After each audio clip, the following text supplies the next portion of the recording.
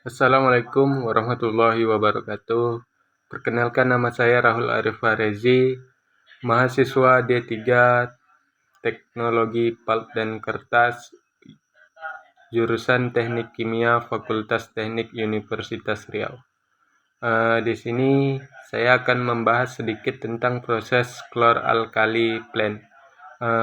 Klor-alkali plant itu merupakan plant penghasil kaustik atau NaOH, hidrogen atau H2, dan klorin atau Cl2.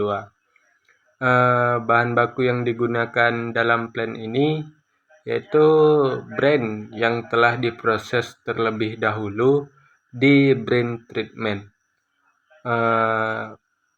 Proses di brine treatment ini berfungsi untuk menghilangkan impurities yang masih terkandung pada larutan brine yang dapat mengganggu proses selanjutnya. Berikut adalah proses yang dilakukan di klor-alkali, yaitu proses electrolyzer. Brine yang sudah bebas dari impurities selanjutnya akan dipompakan ke electrolyzer untuk dilakukan proses elektrolisis. Sebelum masuk ke electrolyzer, deionized brine akan melewati heat exchanger untuk dinaikkan temperaturnya.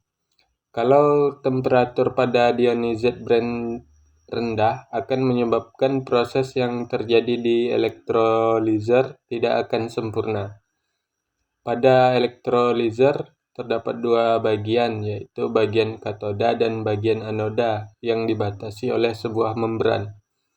Katoda merupakan kutub positif yang menghasilkan kaustik atau NaOH dan gas hidrogen H2, sedangkan anoda merupakan kutub negatif yang menghasilkan weak brine dan gas klorin atau Cl2.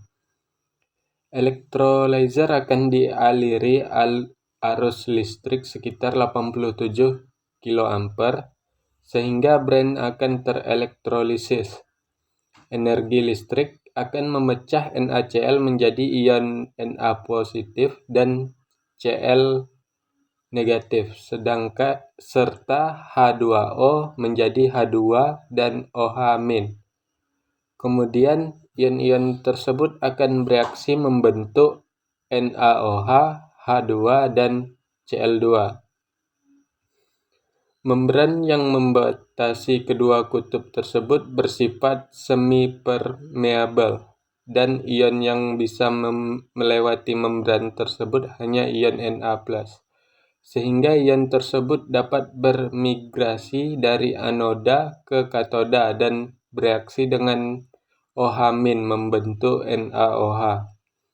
Larutan brine yang tidak bereaksi akan menjadi weak brine di anoda.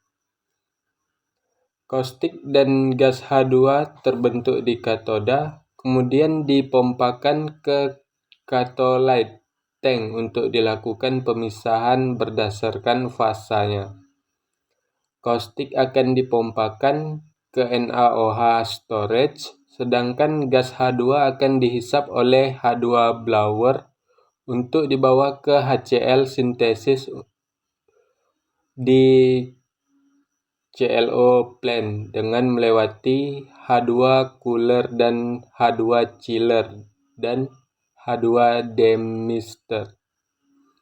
Gas H2 yang keluar dari catholyte tank memiliki temperatur yang cukup tinggi sehingga perlu dilakukan penurunan terlebih dahulu di H2 cooler hingga kurang lebih 25 derajat Celcius dan didinginkan kembali di H2 chiller hingga temperaturnya mencapai 10 derajat Celcius.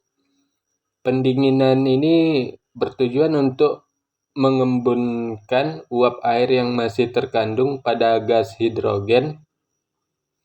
H2 demister berfungsi untuk menghilangkan uap air yang telah mengembun sehingga tidak akan terbawa ke HCl synthesis unit.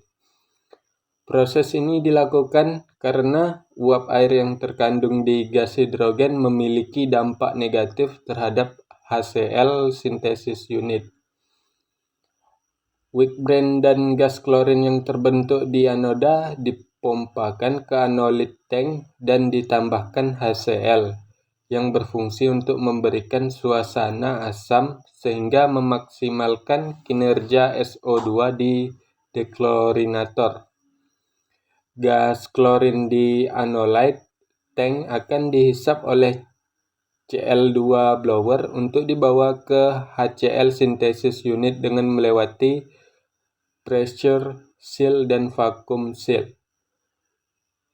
Cl2 cooler, Cl2 chiller, dan candle filter. Pressure seal dan vacuum seal berfungsi untuk menjaga pressure section gas klorin ke blower agar tetap stabil. Cl2 cooler dan Cl2 chiller berfungsi untuk menurunkan temperatur gas klorin sehingga uap air yang terbawa akan mengembun dan kemudian akan tersaring oleh candle filter. Sementara itu, weak brane yang terbentuk akan dipompakan ke deklorinator dan ditambahkan larutan SO2 dan kaustik.